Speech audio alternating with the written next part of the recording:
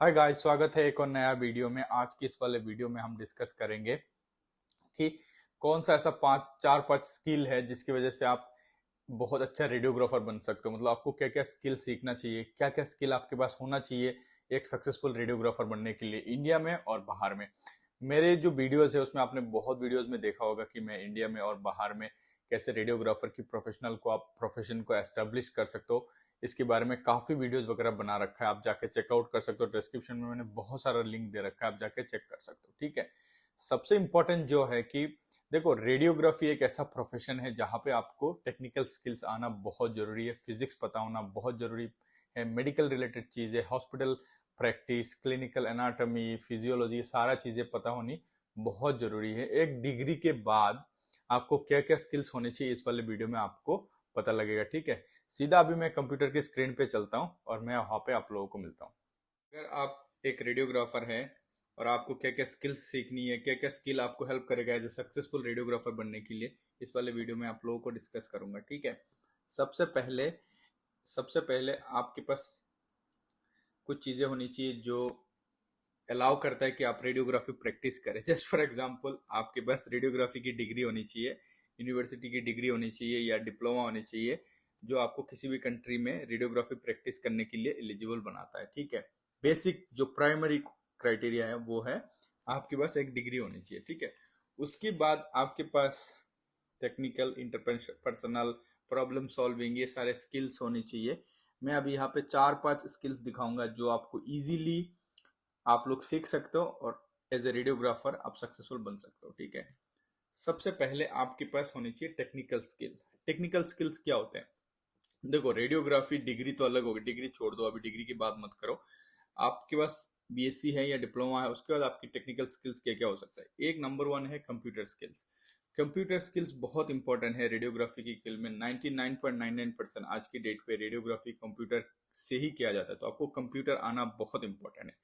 दूसरा चीज है कि आपको electrical, generator, physics, radiation physics, ये सारी चीजें आपको पता होनी चाहिए। हालांकि आपको करना नहीं पड़ता, लेकिन आपको कभी कभार पता होना चाहिए। ऐसा भी समय आ सकता है कि आप हॉस्पिटल में अकेले रेडियोग्राफर हो और जिसको आपकी ये सारे हाई टेंशन जनरेटर, ये सारी चीजें आप ही को पता है और किसी को नहीं पता, तो ये आपको इंजीनियर को समझाने में भी क्या प्रॉब्लम है, ये समझाने में भी आपको ईजी रहता है। टेक्निकल स्किल्स में कंप्यूटर स्किल्स, एक्सरे की जनरेटर कैसे चलता है, ये सारे स्किल्स होनी चाहिए। उसके बाद सॉफ्ट टेक्निकल स्किल जैसे पैक्स हो गया, रेडियोलॉजी इंफॉर्मेशन सिस्टम कैसे चलता है, हॉस्पिटल इंफॉर्मेशन सिस्टम कैसे चलता है, ये सारे सॉफ्ट टेक्निकल स्किल्स है। उसके बाद आईटी में आपकी नॉलेज होनी चाहिए, वर्ड एक्सेल में आपकी स्किल्स अच्छी होनी चाहिए। ये सारे स्किल्स आपको अडॉप्ट करता है आपकी प्रोफेशन में ग्रो करने के लिए। ठीक है, उसके बाद आपको जैसे एमआरआई में एमआरआई सेफ्टी, एमआरआई में पोजीशनिंग, ये सारे चीजें, एमआरआई कैसे होती है, सीटी स्कैन कैसी होती है, मोडालिटी वाइज टेक्निकल स्किल्स, वो तो आपको डिग्री में आपको सिखाया जाएगा, ट्रेनिंग में आपको सिखाया जाएगा। ठीक है, उसके बाद आपकी सबसे इंपॉर्टेंट जो है वो है कम्युनिकेशन एंड इंटरपर्सनल स्किल्स।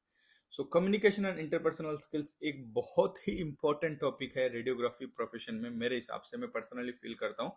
देखो, आप जब आप एज ए रेडियोग्राफर काम करना शुरू करते हो, आपको दिन में कम से कम 50-60 लोगों से मिलना पड़ता है।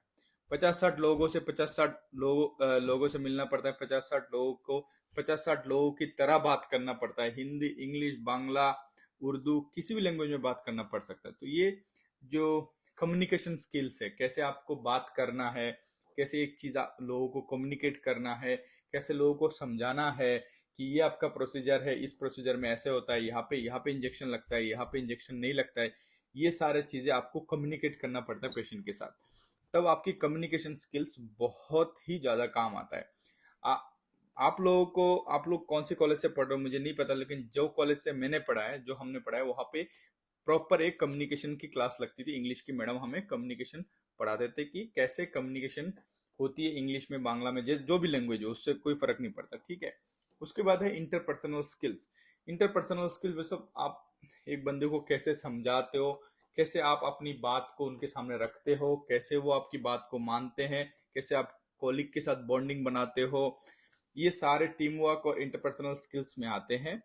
तो ये होना बहुत ही जरूरी है एज ए रेडियोग्राफर, क्योंकि ये हम पेशेंट फेसिंग डिपार्टमेंट है, आप रोज लोगों से मिलते हो, नए लोगों से मिलते हो। उनकी शक्ल देख के आपको पता होनी चाहिए कि लोग गुस्सा हो रहे कि नहीं हो रहे, कैसे क्या एक्सप्लेनेशन चाह रहे, ये सारा चीजें आपको पता होना बहुत इंपॉर्टेंट है, ठीक है। उसकी बात है attention to detail. Attention to detail को मैं ये कहूंगा कि आप कितना ध्यान से अपना काम करते हो, कितना मन है आपकी आपकी प्रोफेशन की तरह। जब भी आप एक सिंपल सी एक चेस्ट एक्सरे करते हो, आप कैसे पेशेंट को एक्सप्लेन करते हो, कैसे रेडिएशन से बचाते हो, कितना कोलिमेट करते हो, ये सारा चीजें, कितना क्वालिटी प्रोड्यूस करते हो, कितना कम रिपीट करते हो एक्सरेज, ये सारा चीजें अटेंशन टू डिटेल में आता है। आप ध्यान से काम करने करोगे तो ये सारा स्किल अपने आप ही आपके ऊपर डेवलप होना स्टार्ट हो जाएगा, ठीक है।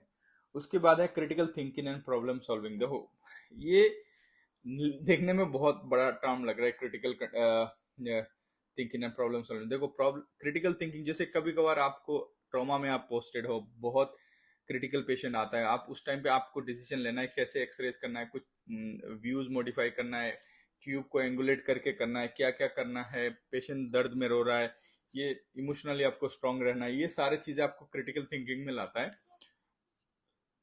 प्रॉब्लम सॉल्विंग, देखो कभी कभार कंप्यूटर में ग्लिच आता है, कभी कभार नेटवर्क में ग्लिच आता है, उस टाइम पे आपको पता होनी चाहिए आपको क्या चल रहा है।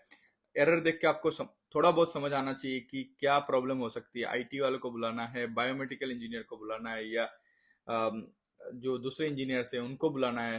तो ये सारे चीजें आपको प्रॉब्लम सॉल्विंग की, प्रॉब्लम सॉल्व ना भी करो, प्रॉब्लम आइडेंटिफाई करना आना चाहिए, ठीक है।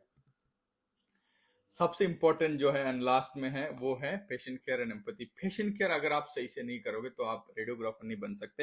हालांकि कोई भी मेडिकल प्रोफेशन में अगर आप पेशेंट केयर में ध्यान नहीं देते तो आप उस फील्ड में सक्सेसफुल नहीं बन सकते। रेडियोग्राफी में देखो, आप पेशेंट, ट्रॉमा पेशेंट है, सिक पेशेंट है, कैंसर पेशेंट है, एमआरआई के लिए 2-2 घंटा अंदर पेशेंट को टेबल में रहना है। तो ये सारा चीजें आप पेशेंट को केयर करना, एम्पैथी दिखाना, सॉफ्टनेस रहना बातों में, पेशेंट की सारी क्वेरीज को क्लियर करना, पेशेंट को कंसेंट लेना, पेन जब भी आप कैनुला लगा तो कम रिपीट करना, पेन इजीली, पेन को समझाना कि यहाँ पे पेन है, ये है, सारा चीज एक्सप्लेन करना, पेशेंट केयर, पेशेंट को केयरफुली सारा एक्सप्लेन करना, जैसे पेशेंट की जो जर्नी है एमआरआई में या एक्सरे में वो स्मूथ रहे।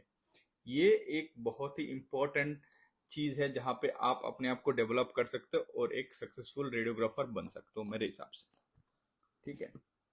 देखो remember that while these skills are important, ये जो स्किल्स है ये इम्पोर्टेंट है, पर इससे भी ज्यादा इम्पोर्टेंट एक चीज और है, वो है कंटिन्यूअस प्रोफेशनल डेवलपमेंट। अगर ये सारा चीज आप करते आओगे, अपने आप आपका जो प्रोफेशनल डेवलपमेंट वो बढ़ता जाएगा। तो वो प्रोफेशनल डेवलपमेंट जो होगा धीरे धीरे आपको अपने आप ही ग्रोथ होगा। 10 लोगों में से अगर आप एक बाहर निकल के आओगे, आपको सैलरी भी ज्यादा मिलेगा, आपको प्रमोशन भी जल्दी मिलेगा, आपको लोग आपके बारे में अच्छा भी बोलेंगे। तो ये एक बहुत इंपॉर्टेंट एस्पेक्ट्स है रेडियोग्राफी करियर की, ये स्किल्स एडप्ट करना, कंटिन्यूअस प्रोफेशनल डेवलप को अचीव करते रहना, ठीक है। ये मेरा चैनल है, यहाँ पे आप सब्सक्राइब कर सकते हो जाके, और